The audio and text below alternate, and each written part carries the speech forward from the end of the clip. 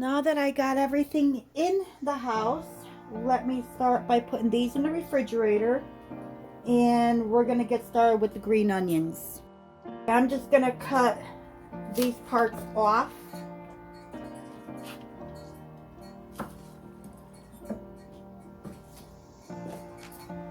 And get these all chopped up for the freezer.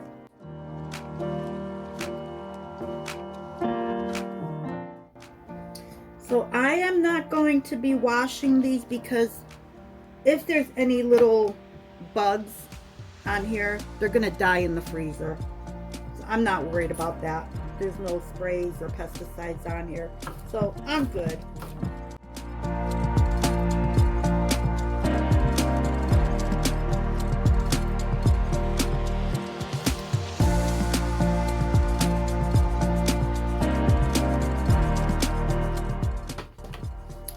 So this right here is very, you hear that? Very hard, very woody. This stem actually had a flower on it. And once they get that big where there's a flower on there, this is what, you can't really use this. Just tried it and it's just not good. So this is what I got out of those. The big ones that I planted or stuck roots in from store-bought green onions. This is what I have this year. So we'll move on to the onion tops from the bulbing onions.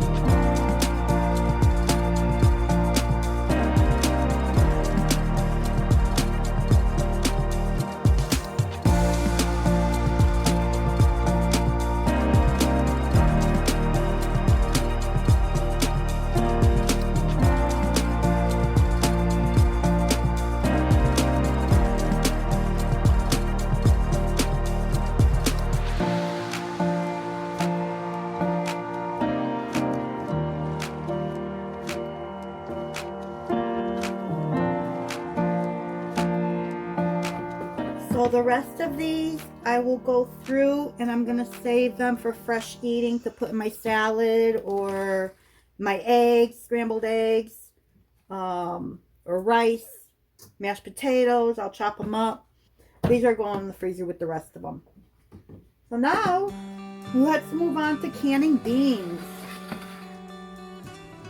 So now that the green onions are done, I've moved on to my green beans. I'm going to be canning them, and I've already washed them all, and now I'm just cutting them down to size that I like. I've already cut some up, so I might as well just start filling these jars with the ones I already cut up.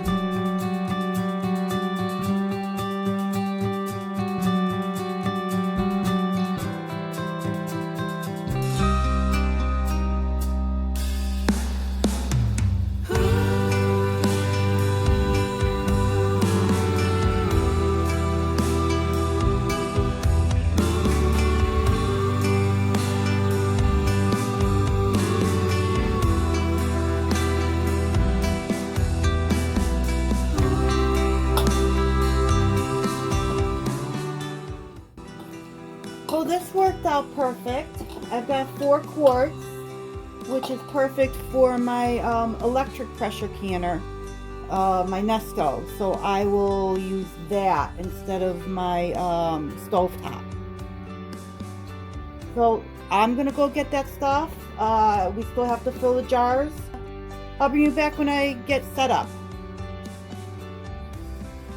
While my kettle full of water is heating up, I'm gonna go ahead and add 100 milligrams of zinc into each jar.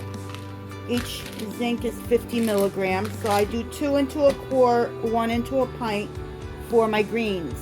And what this does, it preserves the color so that your green beans look vibrant until you use them, or they just look vibrant and they look pretty on the shelf.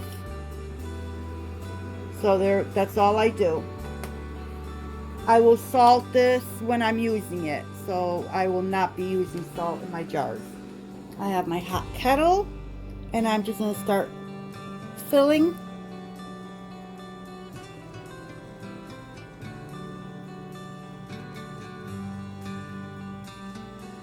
To the 1-inch headspace.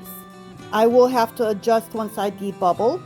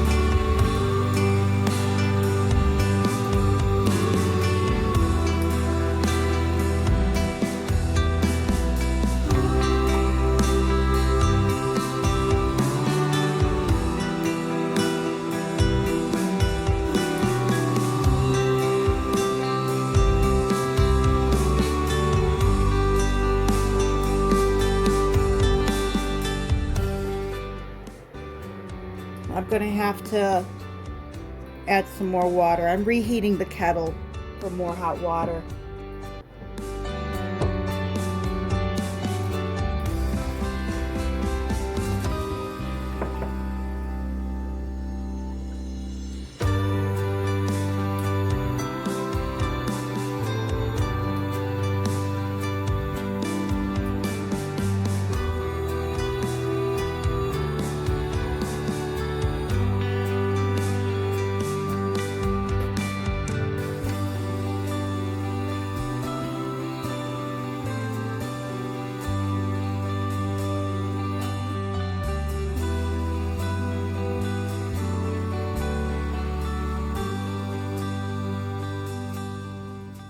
So I'm going to adjust the headspace on all 4. So this is to the 1-inch. It's usually the rim of the jar. There we go.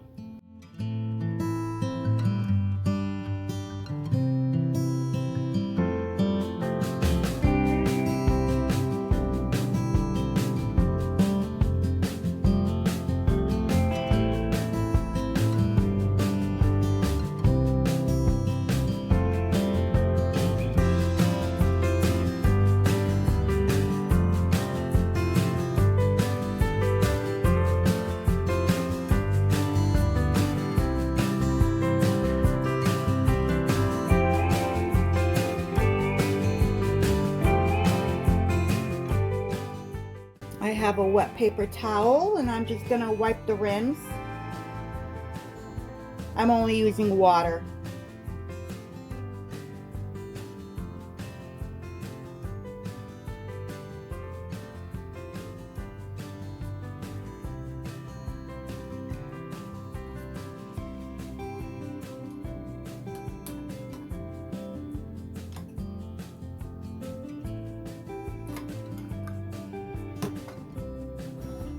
I do want to put a little bit of hot water on these lids just to soften up the rubber.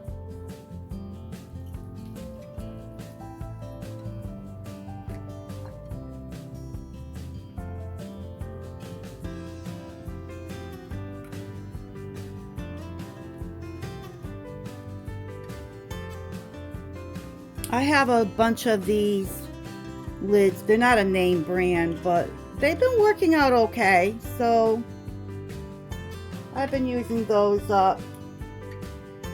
And then I'll move on to my ball lids and my 4-jar lids, but I'm just trying to use up these Hugs and Kitchens. They've been working, they've been holding. You know, I've had a few failures, but overall, I'm happy with them.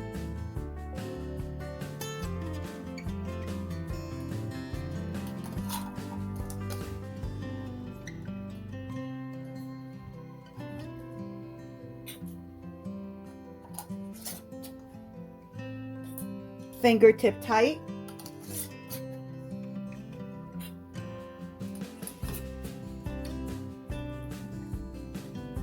I'm going to go back with my left hand because I have no strength in my left hand, and just do fingertip tight with my left hand. There. So this is my Nesco. I have the 10 pounds of pressure regulator on top of here. It comes with a black, which is 10, and a green, which is 15 pounds. So I need the 10 for my elevation. I need to plug this in. Let me move this forward a little bit. I have my rack in here. So I need 8 cups of hot water. I'm adding that in.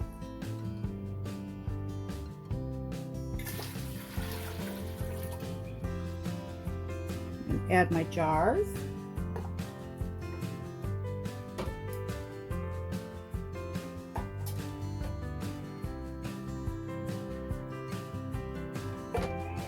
If I had more than 4 quarts, I would have used my bigger canner, but this actually works out perfect. There. I'm gonna close it, putting it on exhaust. Oops, bumped into you, sorry. I'm gonna do high for 25 minutes.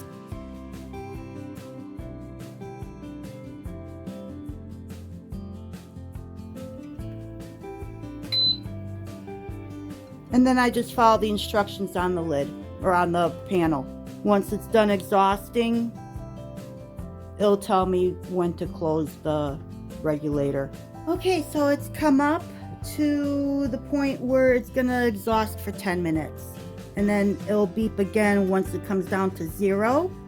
And I'll close the regulator so that it can come up to full pressure. So it's vented for 10 minutes. Now it's telling me that I need to close the vent. And I just did that. So once it comes up to pressure, the timer will begin. So it came up to pressure. Timer came on. My regulator is bobbing like it would on the stove. And it will keep pressure for 25 minutes. I like this machine because I really don't need to babysit anything or wait for anything, because in between each step, it beeps. So it lets me know, okay, come back and do the next step. So this is very convenient. So when I do anything 4 quarts or less, I use this. And it takes care of everything. So I'll bring you back when this is all done. Okay, the pin dropped.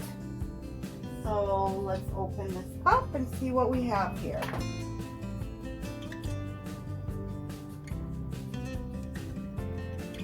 I like to open it slowly.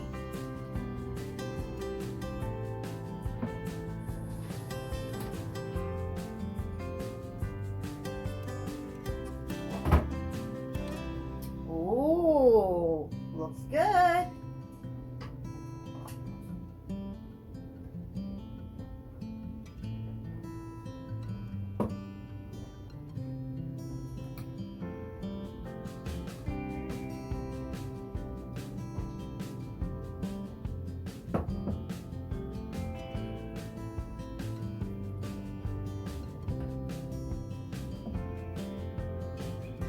This one's bubbling a little bit. We'll see if it seals or not.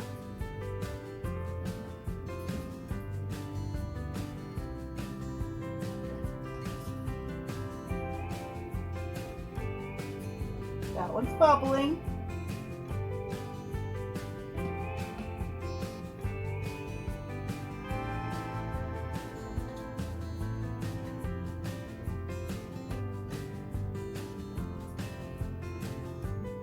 I have a feeling that this one is not going to seal. We'll see. If not, then I'll just use it for my meal prep this week. Or this coming week, I should say. So thank you once again for joining me at Bakchi's Corner in my kitchen while I preserved my harvest. Hope to see you soon. Until next time.